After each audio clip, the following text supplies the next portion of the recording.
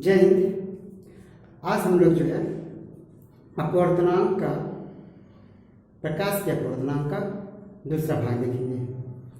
पहले भाग में हम लोग प्रकाश का अपवर्तनांक क्या होता है इसके बारे में हम लोग देख रहे थे और साथ ही साथ अपवर्तन के नियम क्या है ये भी देख रहे थे, ठीक है ना। आज इस भाग में हम लोग जो है दो मुख्य बिंदु देखेंगे जो अपवर्तनांक से संबंधित है, ठीक है ना। कौन कौन से?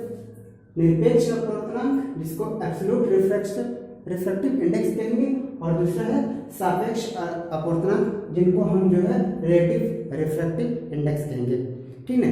तो बिना देर करते हुए देखते हैं ये होता क्या है, ठीक है। पहले बात करते हैं निरपेक्ष अपवर्तनांक की बात करते हैं। तो पहले देख लेते हैं डेफिनेशन क्या होता है, फिर इसको हम लोग समझते हैं, ठीक है। जैसे कह रहा है, देखिए यदि प्रकाश का अपवर्तन कह रहा है, यदि प्रकाश का अपवर्तन जो है निर्वात से किसी माध्यम में, यानी निर्वात से मतलब क्या हो रहा है कि प्रकाश जो है निर्वात से चलकर आ रहा है और वो किसी माध्यम में जा रहा है। यानी निर्वात एक माध्यम नहीं है। हम कह सकते हैं माध्यम क्या होता है, जैसे ठोस होता है, द्रव होता है, गैस होता है, ये क्या है? माध्यम है जिसको हम मीडियम कहते हैं। अब यहाँ पे क्या कह रहा है कि यदि प्रकाश अपवर्तनांक, यदि प्रकाश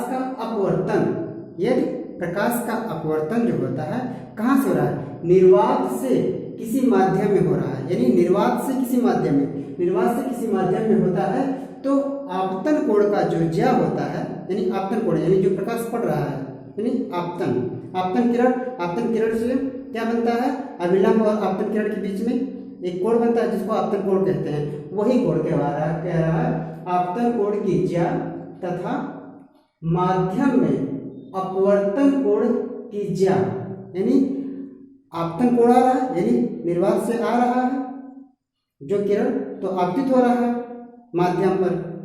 अब वही जब माध्यम पर आपतित हो रहा है तो एक कोण बना रहा है, इसी को हम क्या कहेंगे? आपतन कोण कहेंगे, ठीक है। अब आपतन कोण बनाने के बाद फिर जो है वह अपवर्तित हो रहा है। अब अपवर्तित होने के बाद वह एक कोण बना रहा है अभिलंब से, ठीक है ना। तो उस कोण को क्या कहेंगे?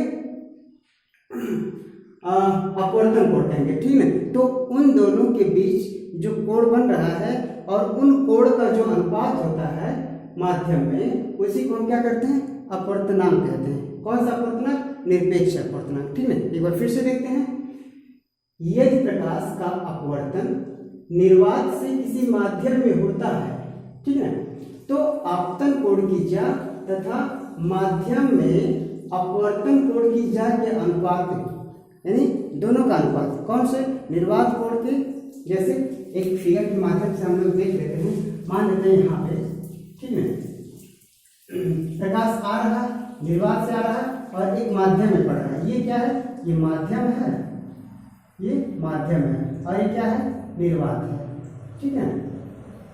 अब ये प्रकाश आ रहा है निर्वात से, यहाँ पे अभिलंब पड़ रहा है, ठीक है। ये यहाँ पर आपतित होने के बाद क्या होगा? यह परावर्तित होगा, ठीक है। अब देखिए निर्वात से किसमें आ रहा है? माध्यम है, इसका मतलब सघन माध्यम होगा, तो ये अभिलंब से क्या होगा? अभिलंब की तरफ क्या होगा?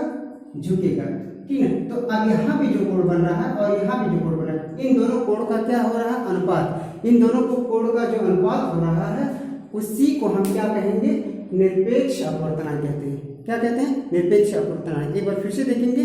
निर्वात से जो प्रकाश चल रहा है और माध्यम में पड़ने पर एक आपतन कोण बना रहा है और आपतन कोण जब बना रहा है तो माध्यम पे पड़ रहा है तो अपवर्तित भी हो रहा है। तो अपवर्तित होने के बाद फिर जो है उस माध्यम में, जिस माध्यम में अपवर्तित हो रहा है उस माध्यम में क्या बना रहा है? एक कोण बना रहा है जिसको हम कहेंगे क्या? अपवर्तन कोण कहेंगे, ठीक है। तो आपतन कोण और अपवर्तन कोण के जो अनुपात है उसी को हम क्या कह रहे हैं? निरपेक्ष अपवर्तनांक। उसी को क्या कहते हैं? निरपेक्ष अपवर्तनांक। अगर जो बात और फॉर्मूले के रूप में देखेंगे, अर्थात हम कह सकते हैं माध्यम का निरपेक्ष अपवर्तनांक, साथ ही साथ माध्यम का निरपेक्ष अपवर्तनांक बराबर क्या होता है? निर्वात में प्रकाश की चाप, निर्वात में यानी वैक्यूम में, यानी वैक्यूम का मतलब वहां पर कोई द्रव, ठोस या गैस कोई माध्यम है नहीं, तो निर्वात में प्रकाश की चाल के बटा माध्यम में प्रकाश की चाल, ठीक है ना। यही अनुपात जो होता है, इन्हीं दोनों का अनुपात क्या होता है, माध्यम का निरपेक्ष अपवर्तनांक कहते हैं, ठीक है ना। इसी को जो होता है इंग्लिश में एब्सोल्यूट रिफ्रैक्टिव इंडेक्स भी कहते हैं। अच्छा, इसे जो है एन से प्रदर्शित करते हैं, और लिखना कैसे होता है, इसको एन लिखेंगे और जिस माध्यम में वह आ रहा है उस माध्यम का नाम लिखेंगे। जैसे किस माध्यम में आ रहा है, सपोज दैट एक एग्जांपल है, यहाँ पर मान लेते हैं कि वायु है, वायु एक माध्यम है, तो यहाँ पर एन वायु का माध्यम यानी वायु एन वायु लिखेंगे, ठीक है, एन वायु लिखेंगे।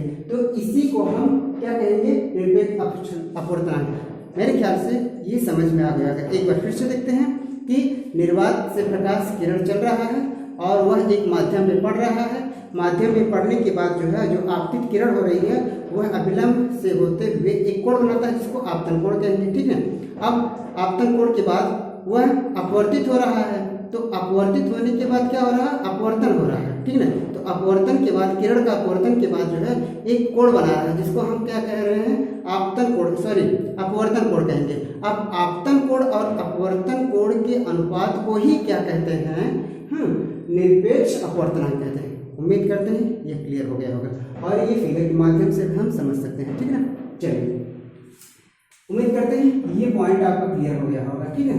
अब बात करते हैं सापेक्ष अपवर्तनांक। क्या कहते हैं, सापेक्ष अपवर्तनांक। इसको जो है हम इंग्लिश में रिलेटिव रिफ्रैक्टिव इंडेक्स कहेंगे, relative refractive index, relative refractive index. इसको हिंदी में सापेक्ष अपवर्तनांक कहते हैं, ठीक है।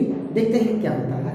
एक कह रहा है कि देखिए, जब प्रकाश एक माध्यम से किसी अन्य माध्यम, अच्छा यहाँ पर ध्यान देने की बात होती है, माध्यम हो, एक माध्यम से दूसरे माध्यम में जा रहा है, लेकिन जिस माध्यम से होते हुए जा रहा है दूसरे माध्यम में, पहला माध्यम ना ही वायु हो और ना ही निर्वात हो, ठीक है।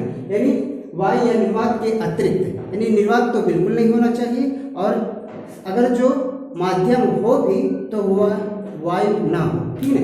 यानी यहाँ पर वायु या निर्वात को छोड़कर की बात कर रहा है कि जब प्रकाश एक माध्यम से किसी अन्य माध्यम में, यानी हम कह सकते हैं द्रव से ठोस माध्यम में, ठीक है, क्या द्रव से ठोस माध्यम में, ठीक है, ये बात कर सकते हैं, या ठोस से ठोस में हो तो भी ये सही है, ठीक है।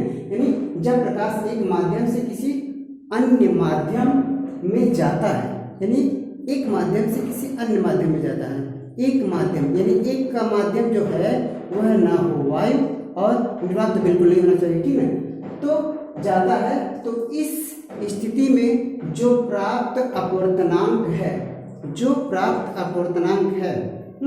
उसी को हम क्या कहते हैं, सापेक्ष अपवर्तनांक कहते हैं, ठीक है। क्या कहते हैं, सापेक्ष अपवर्तनांक कहते हैं। अगर जो बात फिर से एक बार इसको एज ए एग्जाम्पल के रूप में देखते हैं, एज ए हम दूसरे शब्दों में देखते हैं, तो कह सकते हैं कि इन्हीं दो माध्यमों का सापेक्ष अपवर्तनांक जो होता है, किन्हीं दो माध्यमों का सापेक्ष अपवर्तनांक, ठीक है, उनके निरपेक्ष अपवर्तनांकों के अनुपात की क्या होता है, बराबर होता है। अगर जिसको हम एक एग्जाम्पल के रूप में देखना चाहें, उदाहरण के रूप में, तो हम कह सकते हैं जैसे जल के सापेक्ष कांच का अपवर्तनांक क्या होगा, जल के सापेक्ष कांच का अपवर्तनांक, तो जल के सापेक्ष कांच का अपवर्तनांक देखा जा रहा है, तो यही दो मीडियम है यहाँ पर ना, एक जल है और एक कांच है, तो जल के सापेक्ष कांच का अपवर्तनांक देखा जा रहा है, तो क्या कहेंगे कि पहले जो है कांच का निरपेक्ष अपवर्तनांक देखेंगे, क्या देखेंगे, कांच का निरपेक्ष अपवर्तनांक देखेंगे, उसके बाद जल